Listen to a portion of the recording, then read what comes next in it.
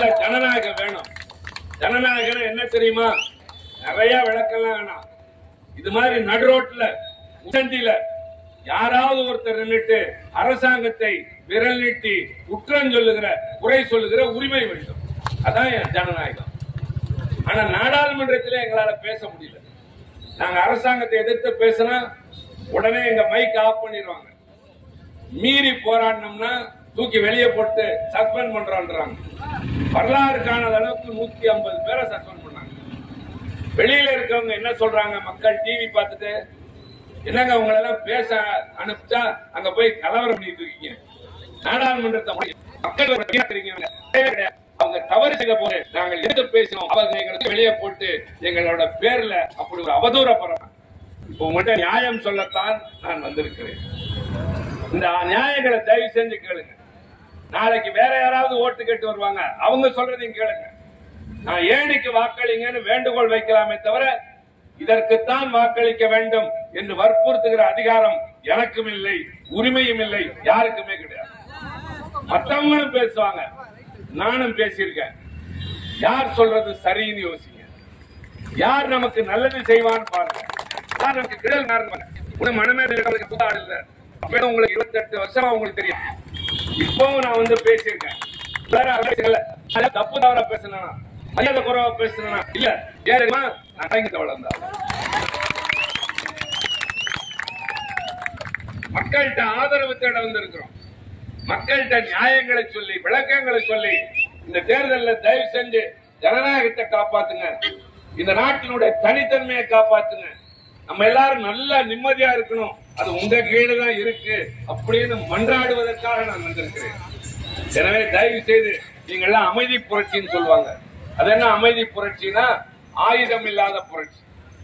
ஆயுதம் இல்லாத புரட்சினா என்ன? ஒண்ணுமே இல்ல. 19ஆம் தேதி குளிச்சுட்டு சிரிச்சுக்கிட்டே வாக்குச்சாவடிக்கு போங்க. உள்ள போய் ஏனிக்கு வாக்களிச்சுட்டு திரும்புங்க. மோடி ஆட்சி இறங்கி இருக்கும். தளபதி இந்தியா ஒரு வளமான ஒளிமயமான எதிர்காலத்தை சந்திக்கும். அந்த நல்ல நாளை எதிர்பார்க்கிறோம். நல்ல தீர்ப்பு வழங்குங்கள். நான் வெற்றி விழாவிற்கு வருகிறேன். விரிவாக பேசுகிறேன்.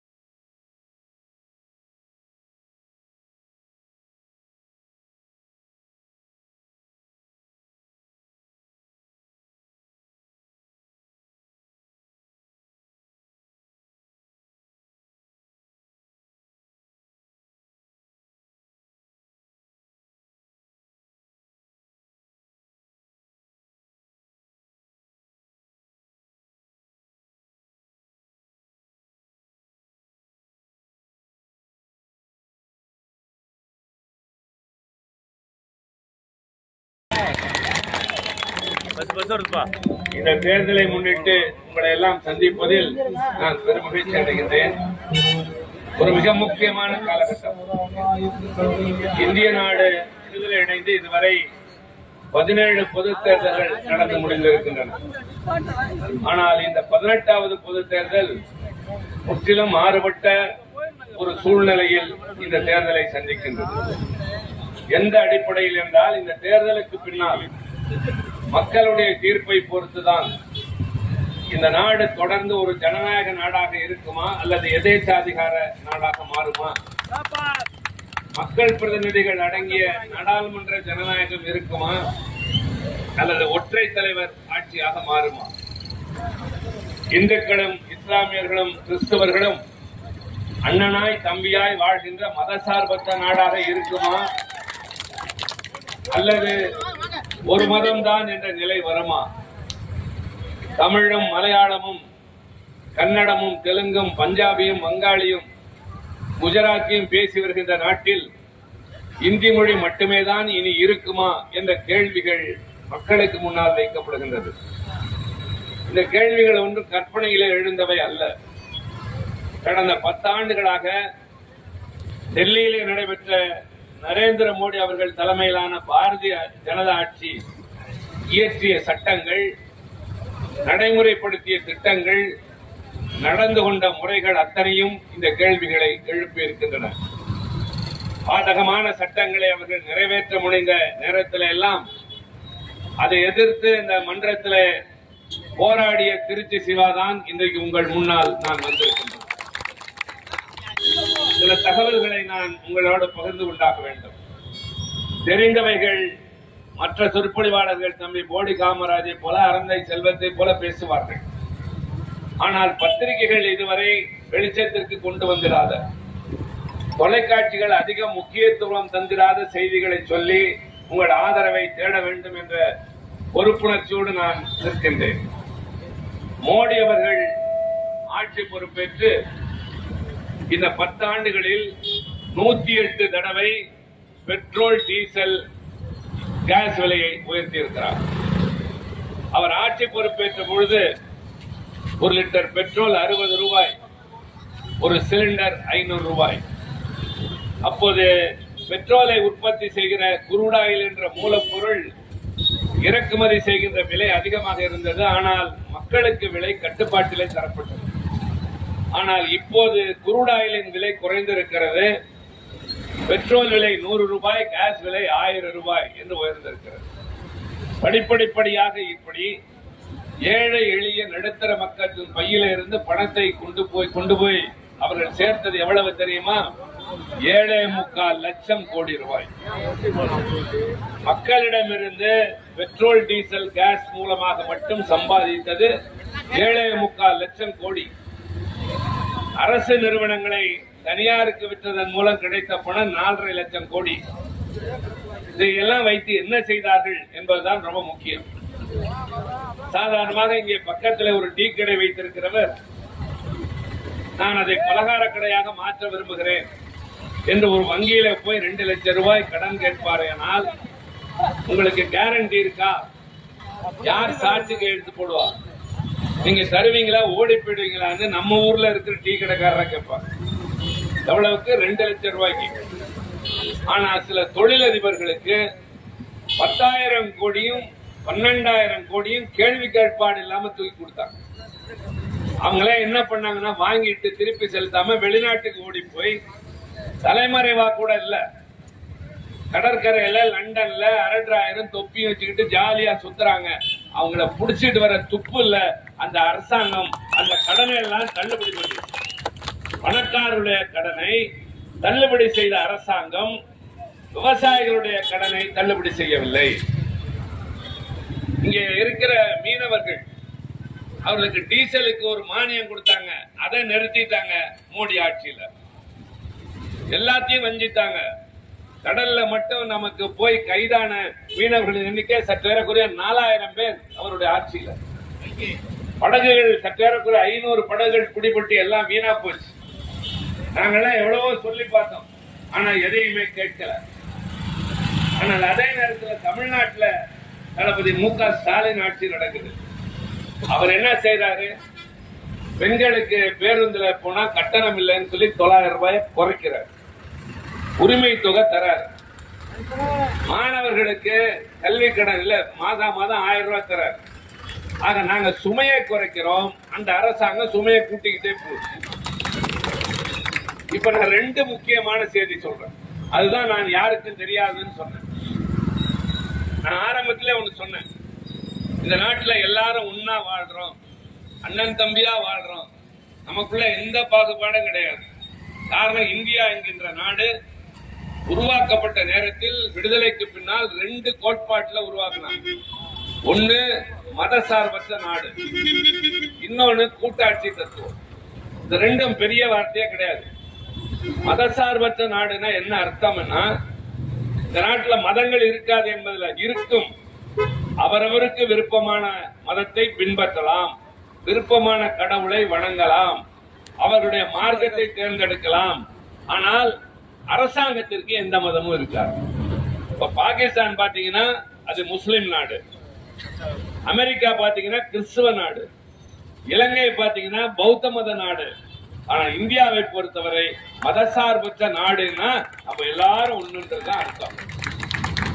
இந்த நிலையில இவங்க அரசாங்கம் ஒரு சட்டம் கொண்டு வராங்க. அதான் உங்களுக்கு நான் புது தகவலா சொல்லணும்னு சொன்னேன். என்ன திருத்தம் அப்படின்னீங்கன்னா குடியுரிமை சட்ட திருத்தம். நீங்க எல்லாம் கேள்விப்பட்டிருப்பீங்க CAA அப்படின்னு சொல்லி. அப்படின்னா என்ன அப்படின்னு கேட்பீங்க. குடியுரிமை என்பது நீங்களும் நானும் இந்திய குடிமகன். நமக்கு இந்த நாட்டுல நிறைய உரிமைகள் உண்டு, நிறைய பாதுகாப்பு உண்டு. நம்ம யார் மேல வேணாலும் வழக்கு தொடுக்கலாம், நம்ம ஒரு சொத்து வாங்கிக்கலாம், நம்ம பேர்ல வச்சுக்கலாம், வெளிநாட்டுக்கு போனா பாதுகாப்பு இருக்கும். ஆனா குடியுரிமை இல்லைன்னா இதெல்லாம் எதுவுமே கிடையாது. அவங்க அனாதை மாதிரி எந்த நாட்டுக்கு உள்ளேயும் போக முடியாது, என்ன நடவடிக்கை வேணாலும் எடுப்பாங்க, ஒரு கைதி மாதிரி தான் ட்ரீட் பண்ணுவாங்க வெளிநாட்டுக்கு போனா கூட. இந்த சூழ்நிலையில மோடி அரசாங்கம் ஒரு சட்ட திருத்தம் கொண்டு வராங்க. என்னன்னா குடியுரிமை சட்டம்னு ஒண்ணு இருக்கு, அதுல திருத்தம். என்ன திருத்தம்? பக்கத்துல 3 நாடுகள் இருக்கு, பாகிஸ்தான், பங்களாதேஷ், ஆப்கானிஸ்தான். இந்த 3 நாடுகளில் இருந்தும் மத ரீதியாக துன்புறுத்தப்பட்டு வருகிறவர்களுக்கு 2014 வரைக்கும் வந்தவங்களுக்கு இந்தியா குடியுரிமை தரும் அப்படின்னு சொன்னாங்க. நல்ல குணம் தான், வர்றவங்களுக்கு அங்கே அடைக்கலம் தராங்களே அப்படின்னு நம்ம நினைக்கலாம். யார் யாருக்கு தருவீங்கன்னு கேட்டப்பதான் பிரச்சனை. அவங்க சொன்னாங்க 6 மதத்துக்கு தருவோம். யார் யார் 6 மதம்னு கேட்டாங்க. இந்துக்கள், கிறிஸ்தவர்கள், சீக்கியர்கள், பார்சிகள், பௌத்தர்கள், ஜைனர்கள். இந்த 6 மதம். இப்ப நாங்க என்ன கேட்டா, சரி இவ்வளவு பேருக்கு தரப்ப ஏன் நீங்க இஸ்லாமியர்களுக்கு தரல அப்படின்னு கேட்டோம். பதிலே இல்ல. ஏன் ஒரு மதத்தை மட்டும் புறக்கணிக்கிறீங்க? அவங்க ஏற்கனவே இங்க இன்செக்யூர்டா பாதுகாப்பு இல்லாத தன்மையை உணர்ந்துகிட்டு இருக்காங்களே அப்படின்னப்ப காதலே வாங்கல, எதிர்த்து பேசணும். பேசுறப்ப நான் என்ன பேசுறேன் திருச்சி சிவானா, இந்த நாடு விடுதலை அடைந்தப்ப இந்தியா பாகிஸ்தான் 2ஆ பிரிஞ்சுது. பாகிஸ்தானுக்கு காரணமான முகமது அலி ஜின்னா சொன்னாரு, நான் இஸ்லாமியர்களுக்கு என்று ஒரு நாடே உருவாக்கிட்டேன், எல்லா முஸ்லீமும் என்னோட வாங்கினாரு. அப்ப இங்க இருந்த முஸ்லீம் சொன்னாங்க, நாங்களாம் இஸ்லாமியர்கள் தான், ஆனா இந்தியா தான் எங்க நாடுன்னு தங்கினாங்களே, அவங்களுக்கு என்ன நன்றி காட்ட போறோம்? அவங்களோட பங்கு இந்த நாட்டு வளர்ச்சியில இருக்கே, யாரையும் பிரிச்சு பார்க்காதீங்க, தயவு செஞ்சு எல்லாத்தையும் ஒன்னா பாருங்க அப்படின்லாம் சொன்னோம். காதலே வாங்கல. சரி என்ன அதோட விட்டுறதா? ஏதாவது வழி இருக்குல்ல, என்ன செய்யலாம்? அப்போ அந்த சட்டத்துக்கே நாங்க ஒரு திருத்தம் தரலாம். யாரு எம்பியா இருக்கிற நாங்க ஒரு திருத்தம் கொடுக்கிறோம். நான் 3 திருத்தம் கொடுத்தேன். என்னன்னு கேளுங்க. ரொம்ப சாதாரணம். ஒரு காலத்துல தமிழ்நாட்டுல யாராவது டாக்டருக்கு படிக்கணும்னா அவங்களுக்கு படிப்பு மட்டும் போதாது, சமஸ்கிருதமும் தேவை அப்படின்னு ஒரு சட்டம் இருந்துச்சு. பல பேருக்கு தெரியாது, இங்க இருக்க டாக்டர்ஸ்க்கே தெரியாது. ஆக சமஸ்கிருதம் தெரிஞ்சவங்க தான் டாக்டர் ஆவாங்க. அது படிக்க முடியாதவங்களோ, படிக்க அனுமதிக்கப்படாதவங்களோ, கம்பவுண்டராவோ நோயாளியா தான் இருக்கலாம். அப்ப நீதி கட்சி ஆட்சிக்கு வந்தப்ப என்ன பண்ணாங்கன்னா, ஒரே ஒரு சின்ன திருத்தம், மருத்துவ படிப்புக்கு சமஸ்கிருதம் தேவைங்கிறத அடிச்சுட்டாங்க. அதை அடிச்சதுனாலதான் என் பொண்ணு டாக்டர் ஆச்சு, உங்க பிள்ளைங்களாம் டாக்டர் ஆச்சு, இந்த ஊர்ல எல்லாரும் டாக்டர் ஆகும். ஆக சட்டத்துல ஒரு வார்த்தையை சேர்த்தாலோ ஒரு வார்த்தையை எடுத்தாலோ அதுல நிறைய மாற்றங்கள் வரும். அந்த அடிப்படையில நான் இந்த குடியுரிமை சட்டத்திட்டத்துல என்ன கொடுத்தேன்னா 3 திருத்தம் கொடுத்தேன். 1, இந்த 6 மதங்களோடு 7வதா முஸ்லிமை சேர்த்துக் கொள்ளுங்கள், இன்க்ளூட் முஸ்லிம்ஸ், ஒரே வார்த்தை. அடுத்து இந்த 3 நாடுகளோடு 4வதா இலங்கைங்கிறத சேர்த்துக்கங்க. ஏன்னா இங்க 1.5 லட்சம் இலங்கை தமிழர்கள் குடியுரிமை இல்லாம இருக்காங்க. அடுத்து மத ரீதியாக என்பதோடு இன ரீதியாக ரிலிஜியஸ்லி அப்படிங்கறதோட எத்தனிக்கலி அப்படின்னு கொடுக்கிறோம். நீங்க நல்லா கவனிச்சீங்கன்னா தெரியும், இந்த 3 வார்த்தையை மட்டும் சேர்த்திருந்தா இன்னைக்கு இந்தியாவில் பெரிய பெரிய பிரச்சனை எல்லாம் முடிஞ்சிருக்கும். டெல்லியில ஜுமா மஸ்ஜித்ல இதுவரை காணாத அளவுக்கு இஸ்லாமிய பெண்கள் போராட்டம் நடத்தினாங்க. இந்தியாவில் பல இடங்கள்ல நடந்தது. இலங்கை தமிழர்கள் இன்னும் அழுகிறாங்க. இந்த 3 திருத்தமும் வந்தப்ப அப்ப என்ன சொல்றாங்க, முடிய போற நேரத்துல திருச்சி சிவா 3 திருத்தம் கொடுத்திருக்காரு, அத வாக்கெடுப்புக்கு விடுவோம். குரல் வாக்கெடுப்புல தோத்து போச்சுன்னாங்க. அத்தோட நான் விடல, மின்னணு வாக்குப்பதிவு கொடுங்க. அப்படி கொடுத்தால்தான் யார் யார் ஆதரிச்சாங்க, இதை எதிர்த்தாங்கன்னு தெரியும். எனக்கு அது எவ்வளவு நல்லதா போச்சுன்னு பாருங்க. எப்படி நல்லதா போச்சுன்னா, அன்னைக்கு திமுகவுக்கு அங்க இருந்த எண்ணிக்கை வெறும் 5. ஆனால் ஓட்டு விட்டப்ப எனக்கு கிடைச்ச ஓட்டு 99. இதை எதிர்த்த அரசாங்கத்துக்கு ஆதரவா 124 கிடைச்சது. தோத்துதான் போச்சு. எப்படின்னு கேளுங்க. வித்தியாசம் எவ்வளவுன்னு பாத்தீங்கன்னா 25. அந்த 25ல 13 ஓட்டு அதிமுகவோட ஓட்டு. இந்த 13 அந்த 124ல கழிச்சீங்கன்னா 111. அந்த 13 நம்மோட சேர்ந்திருந்தா 112. ஒரே வாக்கு வித்தியாசத்துல முஸ்லிம்ஸுக்கு குடியுரிமை கிடைச்சிருக்கும், இலங்கை தமிழர்களுக்கு கிடைச்சிருக்கும். எவ்வளவு பெரிய காரியத்தை அநியாயமா கெடுத்தது அதிமுக. பாரதிய ஜனதா ஒரு பெரிய தவறு செய்து, ஆனா அந்த தவறு வெற்றி பெறுவதற்கு துணையாக நின்ற கட்சி அதிமுக. அப்ப அங்க இருந்தவர் தான் ஓபிஎஸ். இப்ப எடப்பாடி ஏதோ நான் முஸ்லிம்ஸுக்கு ஆதரவுங்கிறாரு, நான் பாரதிய ஜனதா விட்டு வெளியே வந்துட்டேங்கிறாரு. ஆனா எல்லா கொலைபாதக சட்டத்துக்கும் அவரு தான் துணை போனது, அவங்க தான் ஓட்டு போட்டது. இதெல்லாம் நாங்க தான் பக்கத்துல இருந்து பார்த்தோம். அதுல இருந்து ஓட்டு போட்ட ஒருத்தரே இப்ப நம்ம கட்சிக்கு வந்துட்டாங்க. அதனால சாட்சி எல்லாம் கையில இருக்கு. நான் இல்லாம பேசுறேன். என் கையில எல்லா ஆதாரங்களும், விவாதம் நடந்தது, வாக்கெடுப்பு நடந்தது, எல்லாமே நம்ம கையில இருக்கு. அடுத்து 2வதா முத்தலாக்குன்னு ஒரு சட்டம். முத்தலாக் சட்டம் வந்தப்ப நாங்க முஸ்லிம் பெண்களுக்கான அதெல்லாம் ஒரு புத்தகம் கிடையாதுங்க. நீங்க முஸ்லிம் ஆண்களை சிறைப்படுத்துவதற்காக இந்த சட்டத்தை கொண்டு வரீங்கன்னு சொன்னோம். அவங்க என்ன கதை சொன்னாங்கன்னா, இங்க பாயில நிறைய இருக்கீங்க, 3 பேர் 3 தடவை தலாக் சொன்னா அது விவாகரத்து அப்படின்னா, போன் எடுத்து தலாக் தலாக்னா அது விவாகரத்தா? கிடையாது. எனக்கு தெரிஞ்சது சொல்றேன், தப்பு நான் சொல்றேன்.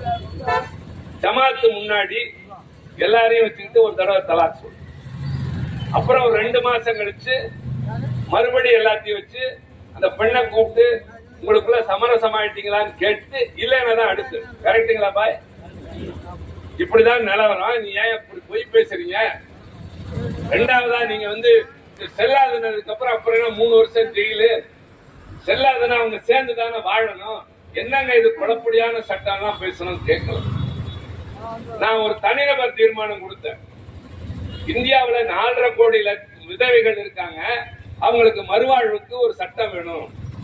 1.5 லட்சம் விதவைகள் பிருந்தாவன்ல மட்டும் உத்தரப்பிரதேசத்துல இருக்காங்க என்னெல்லாம் பேசி ஓட்டெடுப்புல பாரதிய ஜனதா எதிர்த்து போட்டு தோத்து போச்சு. நான் கேட்டேன், இந்து விதவைகளை எதிர்த்து வாக்களிக்கிற நீங்க முஸ்லிம் பெண்களுக்கு ஆதரவுன்னு யாருக்கிட்ட நீங்க பூ சுத்துறீங்க? நீங்க இரட்டை வேடம் போடுகிறீர்கள் அப்படின்னு சொன்னோம். இந்த சட்டத்துக்கும் ஆதரவளித்தது அதிமுக, மறந்துடாதீங்க. அப்பயே அவங்க கட்சியில ஒருத்தர் எழுத்துக்கிட்டு பார்த்தாரு, ஒண்ணு நடக்கல. ஆனா எல்லாரும் சேர்ந்து ஓட்டு போட்டாங்க, அந்த சட்டமும் நிறைவேறுச்சு. இது மாதிரி பல பயங்கரமான சட்டங்கள் இந்த ஆட்சியில நிறைவேறி அதனுடைய விளைவை இன்னைக்கு நான் அனுபவிச்சுட்டு இருக்கோம். அதை விட ரொம்ப முக்கியமா நான் இங்க இருக்கிற எல்லாருக்கும் ஒண்ணு சொல்றேன், தம்பிமார்களே, இளைஞர்களுக்கு சொல்றேன், பெரியவங்க தம்பிகளுக்கு சொல்லுங்க. இப்ப நாங்க ஆட்சிக்கு வந்தோம்னா, இந்தியா கூட்டணி ஆட்சிக்கு வந்தா என்னெல்லாம் செய்வோம் அப்படின்னு சொல்லிருக்கிறதுல முக்கியமா விவசாயிகள் கடனை தள்ளுபடி செய்வோம், மாணவர்களோட கடனை தள்ளுபடி செய்வோம், மீனவர்களுக்கு மறுபடி டீசல் மானியம் கொடுப்போம். யாராவது மீனவர்கள் காணா போய் இறந்து விட்டாங்கன்னா அந்த சர்டிபிகேட் வாங்க இப்ப 7 வருஷம் ஆகணும், 3 மாசத்துல அதை கொடுப்போம் அப்படின்னு சொல்லியிருக்கு. அது மட்டும் இல்ல, 30 லட்சம் வேலை காலியா இருக்கு, உடனடியாக அந்த 30 லட்சம் வேலையை நிரப்புவோம்னு சொல்லியிருக்கோம். தமிழ்நாட்டை பொறுத்தவரை ஒன்றிய அரசின் வேலைகளிலே கூட தமிழ்நாட்டை சார்ந்த இளைஞர்களுக்கு 90 விழுக்காடு வேலை தரணும்னு சொல்லியிருக்கோம். தமிழ்நாட்டுல நல்லா நினைச்சு 2016 இங்க தமிழ்நாட்டு இளைஞர்கள் தான் வேலைக்கு போகணும்னு இருந்தப்ப அதுல ஒரே ஒரு சின்ன திருத்தம் ஒருத்தர் பண்ணார். என்ன பண்ணாருன்னு கேளுங்க, யார் வேண்டுமானாலும் தமிழ்நாட்டுல வேலைக்கு சேரலாம் அப்படின்னு திருத்துறாரு. அதுக்கு பின்னாடி என்ன ஆயிடுச்சுன்னு கேட்டீங்கன்னா, தமிழ்நாட்டுல இருக்கிற எல்லா வேலைகளையும் வடநாட்டுல இருந்து வந்து புதுசா எல்லா அரசு வேலைகள்லயும் இபில கூட எலக்ட்ரிசிட்டி போர்டுல நம்முடைய அரசாங்கத்துல என்னென்ன வேலைகள் இருக்கோ அதுல எல்லாம் வடநாட்டுக்காரங்களும் வந்துட்டாங்க. அந்த நல்ல காரியத்தை பண்ணது யார் தெரியுமா? அண்ணன் பன்னீர்செல்வம் தான் பண்ணார். அவர் முதலமைச்சரா இருந்தப்போ பண்ணார். ஒரே ஒரு கையெழுத்து போட்டு வெளிமாநிலத்தை சார்ந்தவர்களுக்கு இங்க வேலை கொடுத்து அதன் விளைவாக தமிழ்நாட்டு இளைஞர்களுக்கு வேலை வாய்ப்பு போச்சு. இப்ப நான் என்ன சொல்ல வரேன்னா, இந்த சட்டங்கள்லாம் சொன்னேன்ல, இது வந்தப்பெல்லாம் மக்களவையில, நான் மாநிலங்களவையில இருக்கேன், ராஜ்யசபால, லோக்சபால இந்த சட்டங்களை எதிர்த்து கடுமையா குரல் கொடுத்தது தம்பி நவாஸ் கனி மறந்துறாரு. அந்த தம்பி ஒத்தையா நின்னுட்டு தமிழ்நாட்டில இருந்து முஸ்லீம் லீக் ஒரே ஒரு உறுப்பினர், அவர் அவ்வளவு கடுமையா அங்க போராடி இருக்காரு. நம்ம திமுக அங்க நிறைய பேர் இருந்தாங்க, அவங்களுக்கு துணையா நின்று பாடுபட்டு குரல் கொடுத்த நவாஸ் கனி தான் இப்ப மறுபடியும் நிற்கிறார். ஆக திமுக ஆட்சிக்கு எங்களுடைய கூட்டணி இன்றைக்கு டெல்லியில ஆட்சிக்கு வந்தால் எங்க கையில நிறைய திட்டங்கள் இருக்கு. ஏழை பெண்களுக்கு ஒரு குடும்பத்தில் ஒருவருக்கு ஒரு வருஷத்துக்கு 1 லட்சம் ரூபாய் தரப்படும். இது பெண்களுக்கு. அடுத்த இளைஞர்கள், பட்டதாரிகள், டிப்ளமோ படிச்சவங்க இருக்காங்கல்ல, அவங்க எல்லாம் ஒருத்தர் கூட விடுபடாம அவங்க உடனே அரசாங்கத்தின் மூலமா ஏதாவது ஒரு தனியார் நிறுவனத்துல அப்ரண்டிஸுக்கு சேர்த்து விட்டுருவோம். சேர்த்து விட்டு அவங்களுக்கு மாசம் 8500 ரூபாய், வருஷத்துக்கு 1 லட்சம் ரூபாய் நாங்கள் தருவோம். இது இளைஞர்களுக்கு நாங்க செய்ய போறது. வேலையில்லா திண்டாட்டங்கிறது இந்த நாட்டுல ரொம்ப தலைவிரிச்சு ஆடுது. பணவீக்கம்ங்கிறது ரொம்ப அதிகமா இருக்கு. பணவீக்கம் என்ன நினைச்சிட்டீங்க? பணம் இருக்கும், பொருள் வாங்குற அளவுக்கு கட்டுப்படியான விலை இருக்காது, பொருளும் கிடைக்காது. பணத்தை வச்சுக்கிட்டு என்ன பண்ணுவீங்க? அது மாதிரி பணம் நிறைய பேருக்கு இருக்கு, ஆனா அதை வச்சுக்கிட்டு வாழ்க்கை நடத்த முடியும்.